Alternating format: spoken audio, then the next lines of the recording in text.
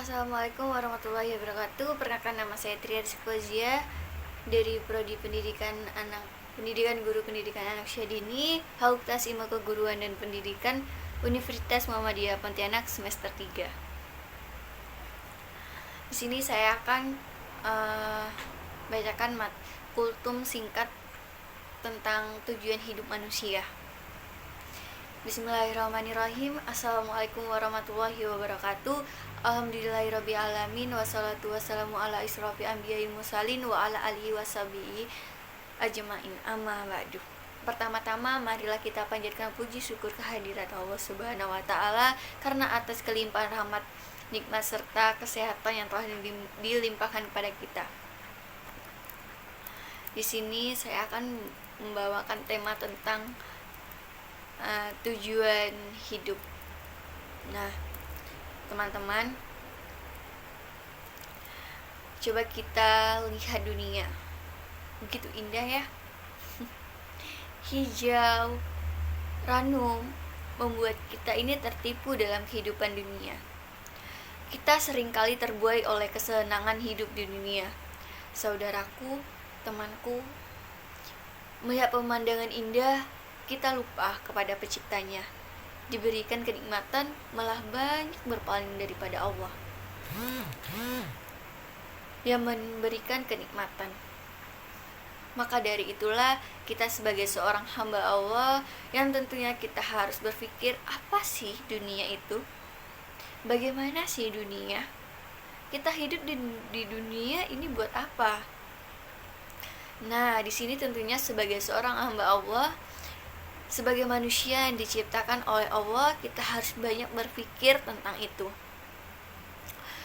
Allah Subhanahu wa taala menciptakan dunia dengan isinya, di mana manusia Allah menciptakannya untuk memakmurkan kehidupan dunia demi kemaslahatan yang ada di kehidupan dunia. Namun Allah Subhanahu wa taala mengingatkan dalam Al-Qur'an tentang hakikat dunia,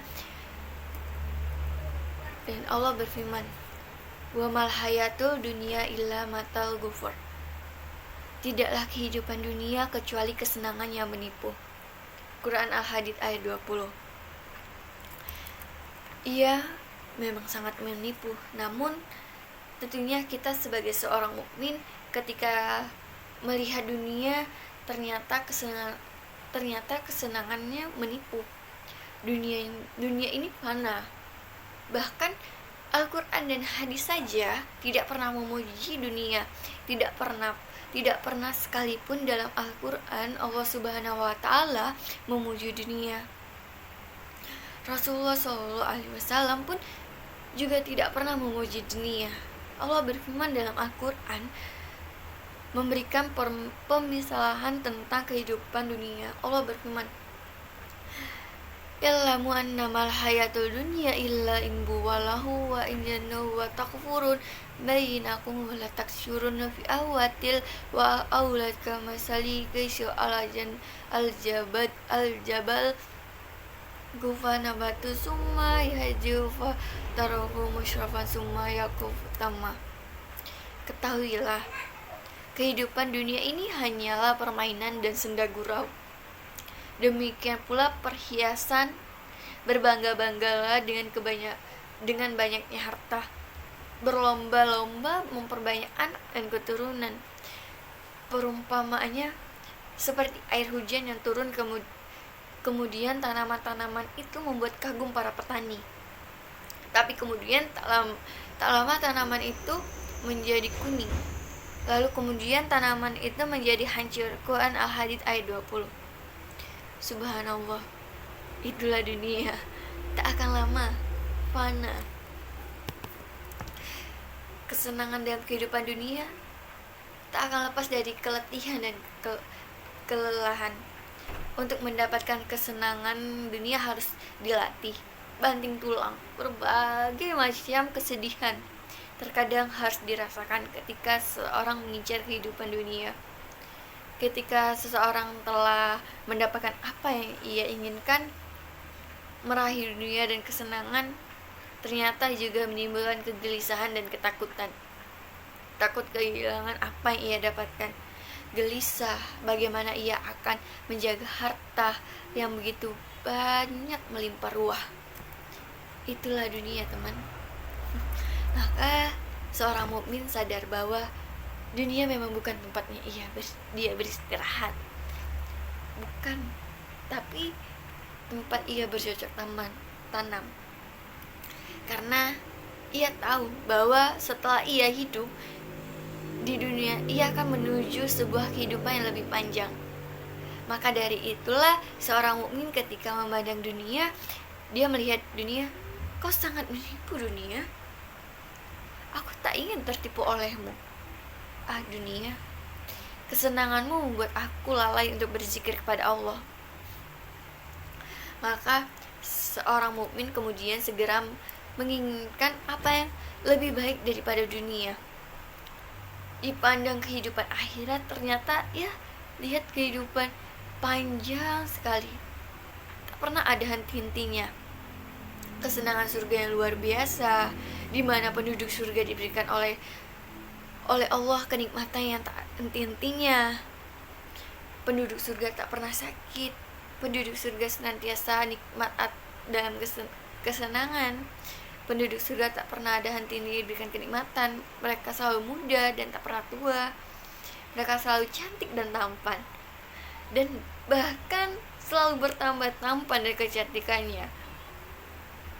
Apa yang mereka inginkan selalu diberikan. Ia kekal selama-lamanya. Seorang mukmin kemudian berpikir, buat apa ya mengejar dunia, kemudian ia menggadaikan akhirat?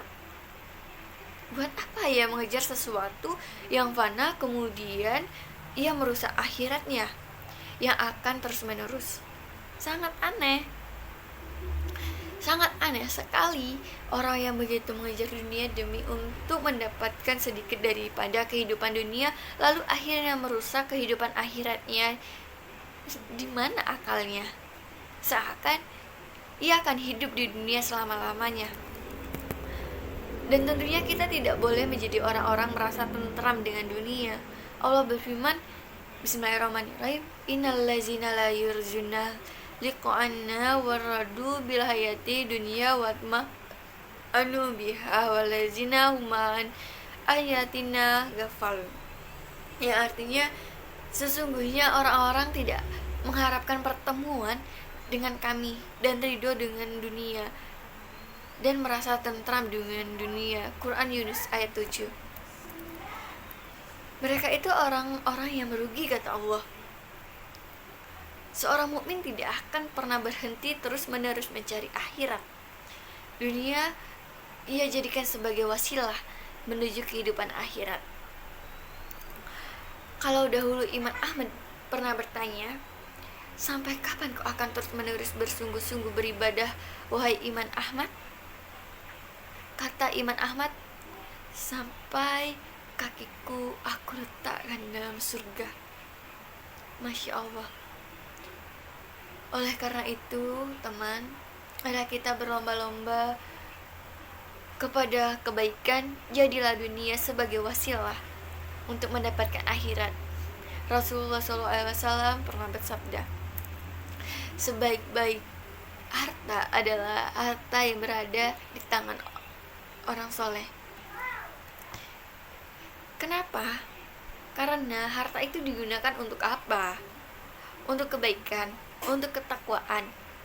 Sebaiknya ketika harta itu dimiliki, sebaliknya ketika harta itu dimiliki oleh orang-orang yang tidak soleh, itu hanya merusak kehidupan di dunia ini.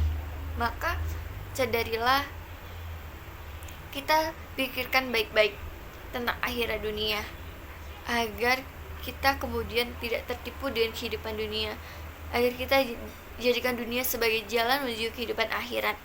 Semoga kita termasuk orang-orang yang senantiasa tidak tertipu dengan kehidupan dunia. Ya teman-teman, itulah kultur dari saya.